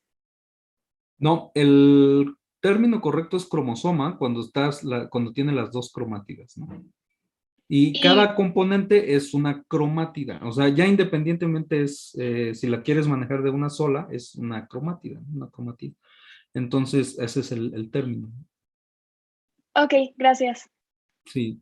Entonces, estos homólogos se emparejan y esto se le va a llamar sinapsis. El término que se da al emparejamiento, y esto lo hacen todos los cromosomas. Buscan su pareja, se asocian, hay aspectos moleculares de estas asociaciones y son reconocimientos también de secuencias a nivel de ADN para que pueda haber este reconocimiento de estas estructuras homólogas. Quiere decir que comparten un ancestro común, por lo tanto comparten parte de su secuencia, aunque tienen variación en un alelo. Por ejemplo, este puede tener alelo 1 y este puede tener alelo 2 para un locus en particular. Entonces, alelo, como ya vimos en las definiciones, es la forma alternativa de un gen. Locus es la posición del gen en el cromosoma. ¿Sí me explico? Entonces, puede tener el mismo alelo, o sea, puede ser A o puede ser A, ¿no? Y entonces, al final, cuando se dé el entrecruzamiento, va a haber un intercambio de estas secuencias y entonces el nuevo resultante puede tener el alelo diferente al que venía de papá y al que venía de mamá, ¿no?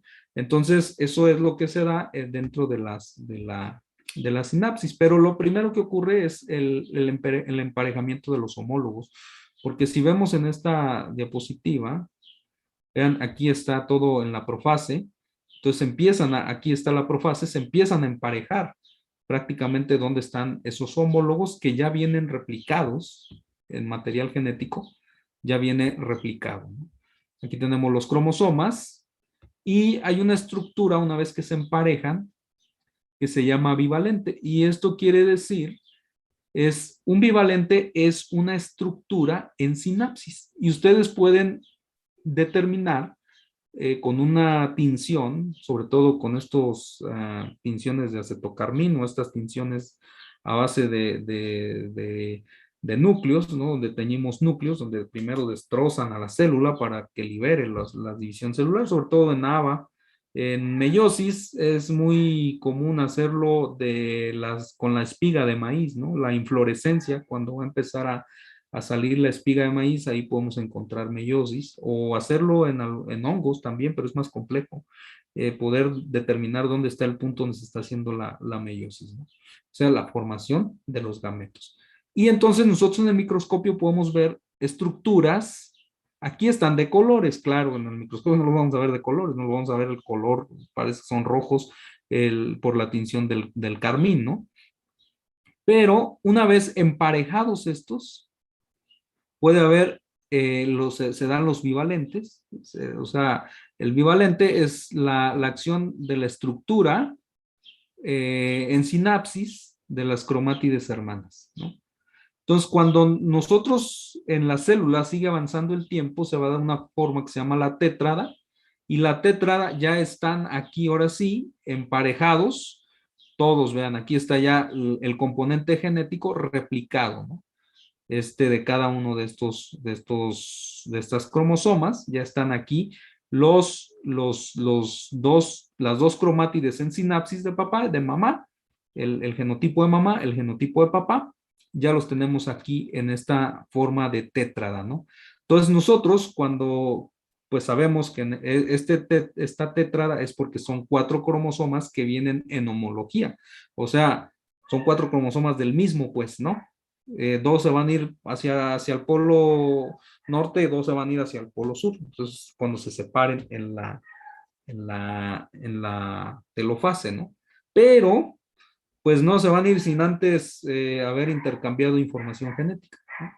Y entonces, en el momento donde se da la tétrada, estos se empiezan a sobreponer y normalmente las cromátides que quedan al interno, o sea, internamente, no las externas, sino la interna, empieza a haber como un sobrelapamiento, ¿no? Un sobrecruzamiento. Es como cuando están con su amiga o su amigo viendo una película, digo, en amigos es menos frecuente, pero las amigas, ¿no? Cuando están y entonces una pierna hacia arriba de la otra amiga y entonces quedan así, sobrecruzadas. Y entonces esa es la forma que se da en las cromátides. Cuando se da el entrecruzamiento, se hace una forma, vean, es hacia arriba y hacia abajo, una de las cromátides se sobrepone sobre la otra y a esto se le va a llamar el quiasma. Ustedes pueden cuantificar si de 100 células que vieron en división celular, 3 de ellas presentaron los quiasmas, ¿cuánto sería la fracción de recombinación?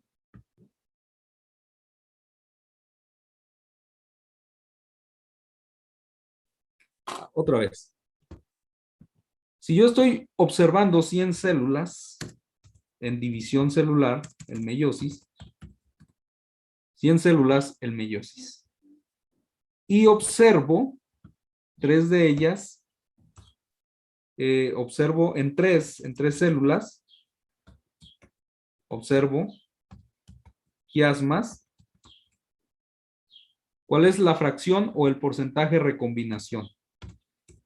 3%. Exactamente. 3% es el porcentaje de recombinación que se está dando. ¿Sí me explico?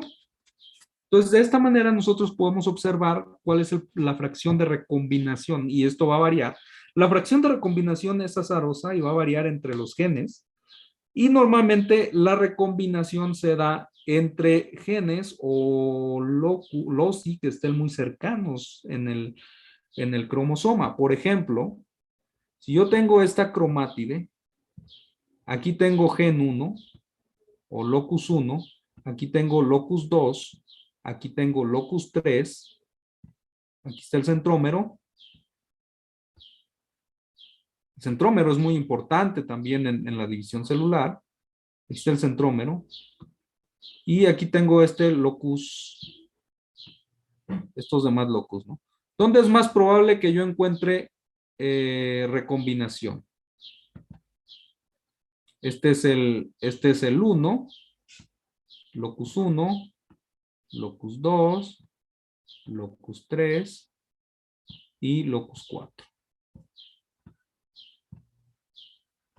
Entonces aquí está la otra cromátide y aquí están los locus. ¿Dónde es más probable que yo encuentre recombinación? ¿En los extremos o cerca de los telómeros? Puede ser, pero no es la respuesta que debe ser, ¿no? O sea, sí puede ser acá abajo, puede ser arriba. O sea, entre 1, 2, 3 y 4, ¿dónde es donde se ve más importante la recombinación? Debe ser como cercano al centrómero, ¿no? Como el 3 y 4. No necesariamente, no tiene que ver con la posición del centrómero, sino con la cercanía de los genes. Como se van a sobrelapar con las cromátides, entonces si este se sobrelapa aquí, esta es la región de recombinación. Todo lo demás no recombina, solo esto. Entonces, entre más cercanos estén los loci entre sí, hay mayor probabilidad de recombinación que entre más lejanos. O sea, hay una mayor probabilidad de recombinar entre 1 y 2 que entre 1 y 4. De hecho, 1 y 4 ya sería segregación independiente. ¿Sí? Y es entre 1 y 3 todavía, ¿no? Entonces, todo esto depende de la cercanía de la posición de los locus, van a recombinar. ¿Sí? ¿Sí me explico? Entre más alejados estén los locus entre sí en el cromosoma, hay menor la probabilidad de recombinación, ¿no? Y de la recombinación puede ir del 0, o sea, para que se dé recombinación, vamos a tener que es del 0.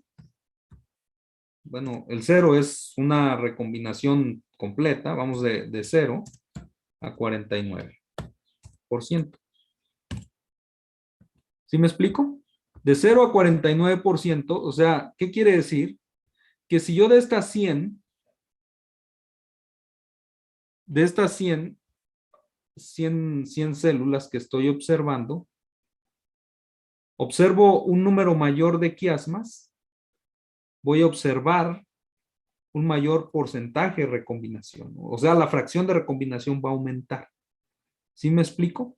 Y entre más aumente esta fracción de recombinación, quiere decir que los locus, los loci en cuestión, van a estar más separados.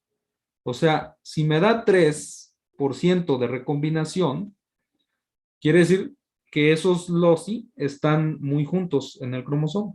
Y si yo tengo, entre otros loci, por ejemplo, un 30% de recombinación, o la fracción de recombinación es igual a 30, entonces la distancia genética entre esos loci es mayor. No sé si me explico. Bueno, pasando del 50%, entramos en los terrenos de la no recombinación y entramos en los terrenos de segregación independiente. Y ahorita vamos a ver un poco acerca de eso. No sé si tengan alguna duda hasta aquí. Con sinapsis bivalente, ¿a qué se refiere cada uno de los términos? Pero la presencia de 4 cromátides demuestra que ambos homólogos que han formado el bivalente se han duplicado, ¿no? Y ya están entrecruzados. Entonces, este gen se recombinó con el 2, este 1 se recombina con el 2 y este 1 se recombina con el 2. ¿Sí me explico? Entonces, esto lo vamos a ver más adelante cuando veamos recombinación. Entonces, si yo tengo, por ejemplo, vamos a ponerle letras, al 1 es A, B, C y D. Entonces, hagan de cuenta que este es A. Voy a hacer otro aquí. Nada más de 2. Aquí está uno. Aquí está otro. Aquí está otro. Y aquí está otro. Este va a ser A dominante. Y este va a ser A recesivo. Este va a ser B dominante. Y este va a ser B recesivo. ¿Ok? Entonces, cuando hay un entrecruzamiento,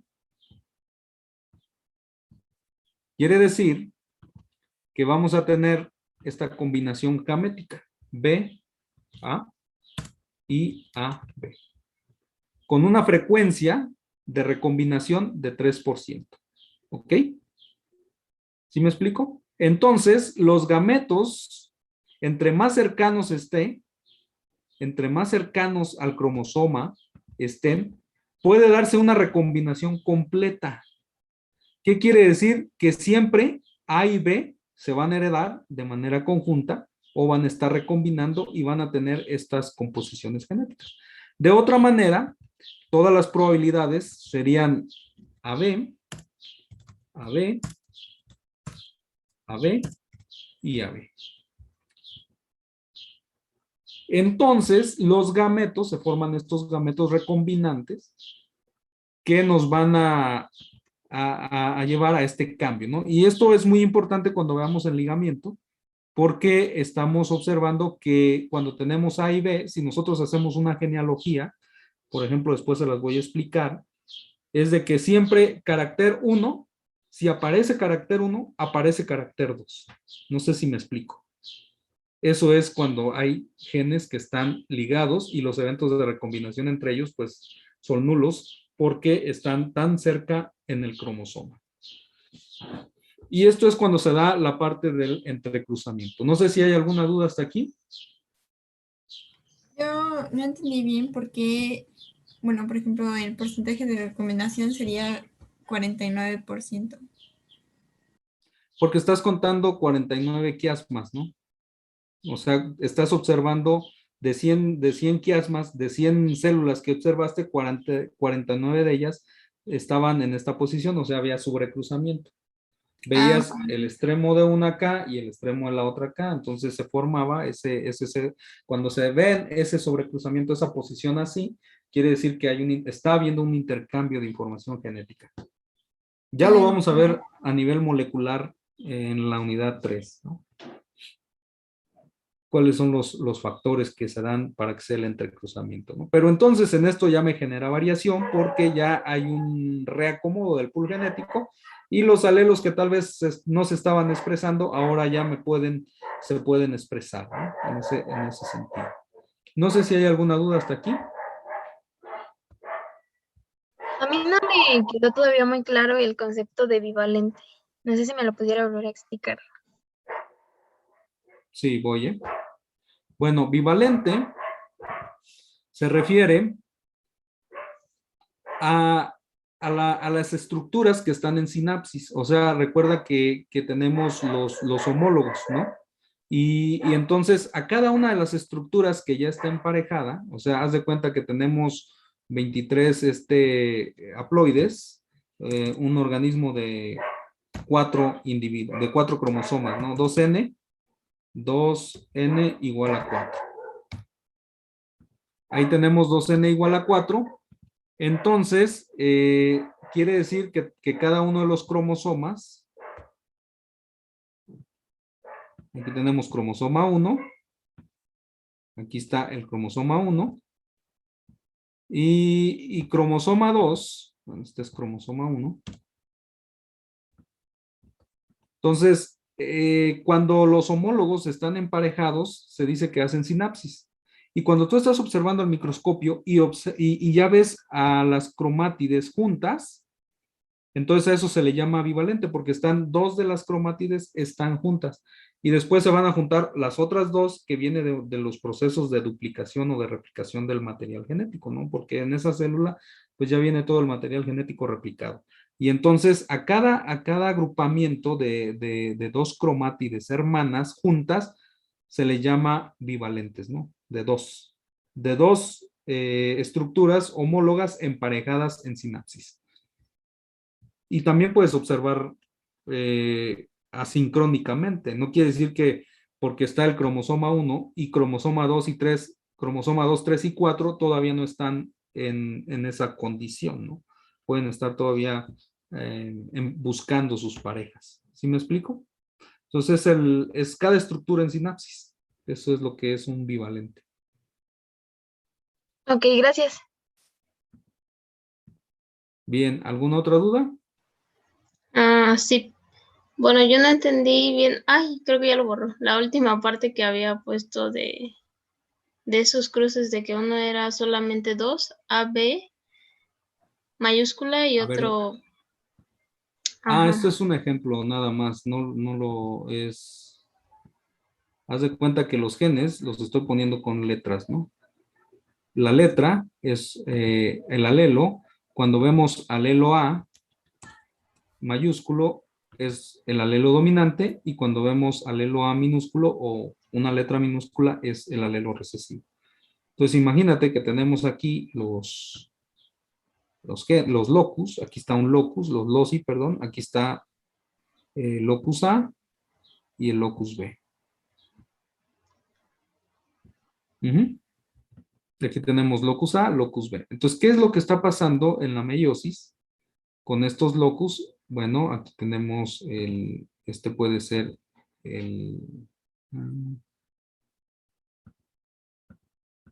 este puede ser el A y este es el B. Papá tenía los ojos marrones y el pelo chino. Mamá tenía los ojos azules y el cabello lacio. ¿Sí me explico? Entonces, cuando se da la meiosis, puede haber un entrecruzamiento, por solapamiento con y entonces estos se van a juntar. Y entonces, este sobrecruzamiento que se da aquí, te va a permitir tener gametos con información genética diferente. Aquí voy a poner los gametos.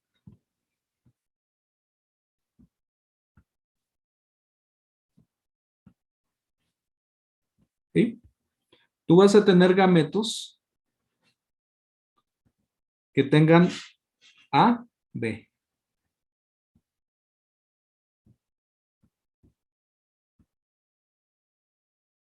¿Sí? Vas a tener gametos que tengan AA, perdón, A, B. A minúscula, B mayúscula. ¿Qué pasaría si no se diera este sobrecruzamiento? Si no se diera este sobrecruzamiento, tú solamente tendrías gametos con esta información. AB. Ah, se me traba el pizarrón. Bueno, aguántenme con este pizarrón, porque no hay de otra. Aquí tenemos estos gametos, AB y AB.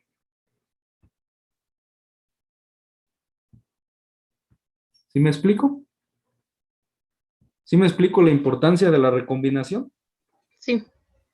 Si no hay recombinación, la única posición de gametos serían 2.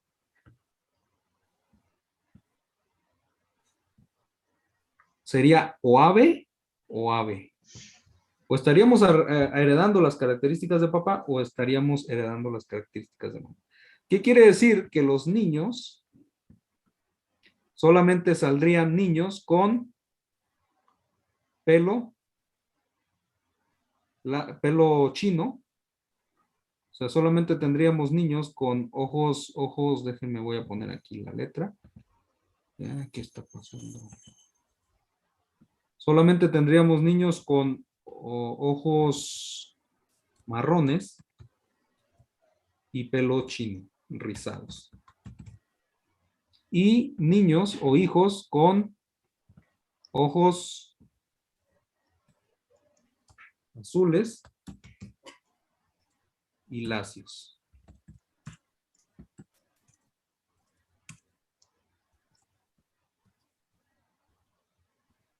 ¿Sí me explico?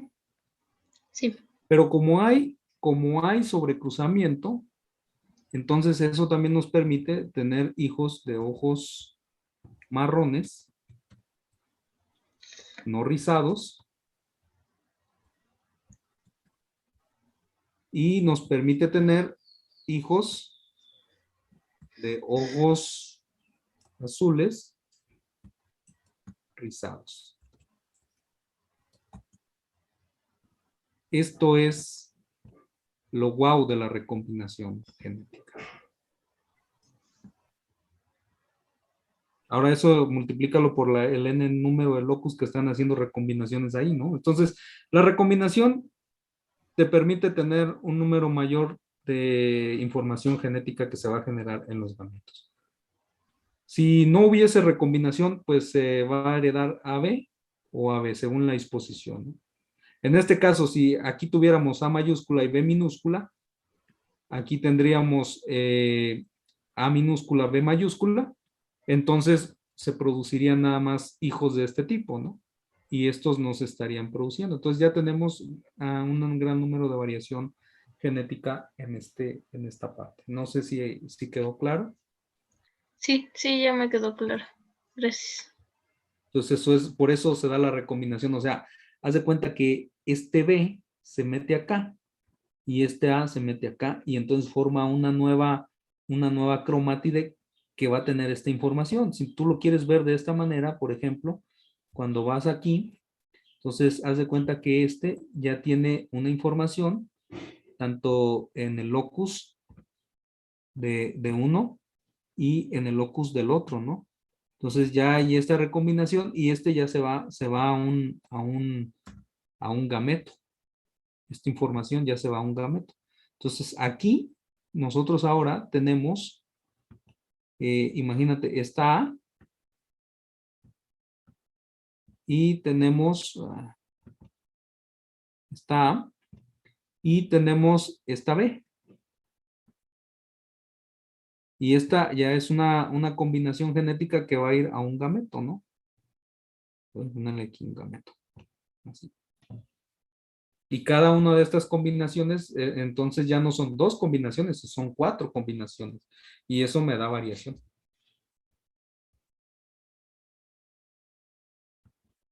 ¿Dudas?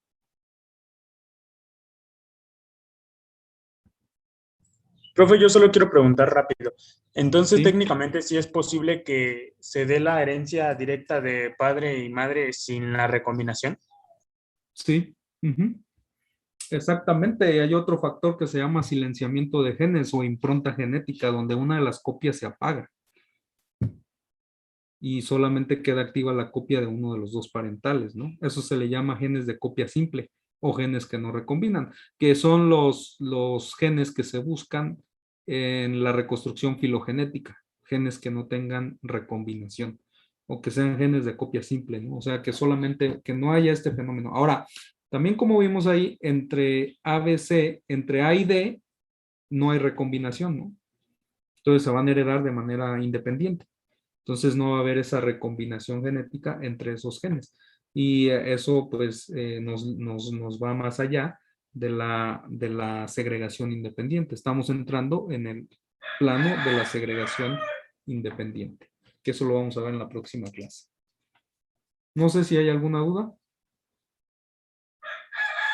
Gracias. Bueno, ya no alcanzamos a terminar la presentación, la terminamos, nos falta poco, la próxima clase, pero para la sesión del miércoles, por favor, vean un video que está en el Classroom, que es de los trabajos de Mendel en la unidad 1.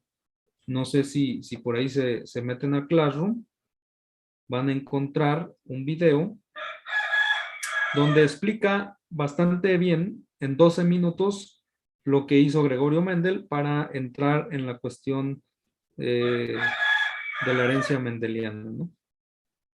Y pues nos dedicamos a terminar esta presentación, que ya no es mucho, y nos va a ayudar a entender la segregación de los gametos. Por eso es importante explicar lo que es la meiosis, ¿no? Está en la unidad 1. Hay un archivo que se llama Experimentos de Mendel. Ese video, por favor, lo pueden revisar para la clase del próximo miércoles. Para dedicarnos a la cuestión práctica de lo que estamos viendo ahora con los gametos, pero ya directamente en cruces mendelianos. No sé si tengan alguna duda hasta aquí. No, profe, ¿No? todo bien, gracias. ¿Seguros?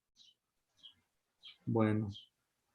Los veo así, a los que alcanzo a ver ahí con cara de o ya se aburrieron o no entendieron. Es que estamos procesando la información, profe. O ya les dio hambre. Bueno, Fernando, pues ahí estás, ¿no? En la foto ahí, pensativo. Así estoy ahorita también, profe, procesando todo. Bueno, entonces analícenlo y cualquier duda, pues por favor anótenla y es más fácil trabajar con el aclaramiento de dudas, ¿no? Porque podemos profundizar un poco más como sucedió ahorita. Bien, entonces nos vemos el miércoles por ahí y no olviden revisar ese video para la clase del miércoles. De acuerdo, profe. De acuerdo, Gracias, profe, gracias. Gracias. Gracias. Gracias, nos vemos. Gracias, profe. Hasta Hasta luego. luego. Cuídense.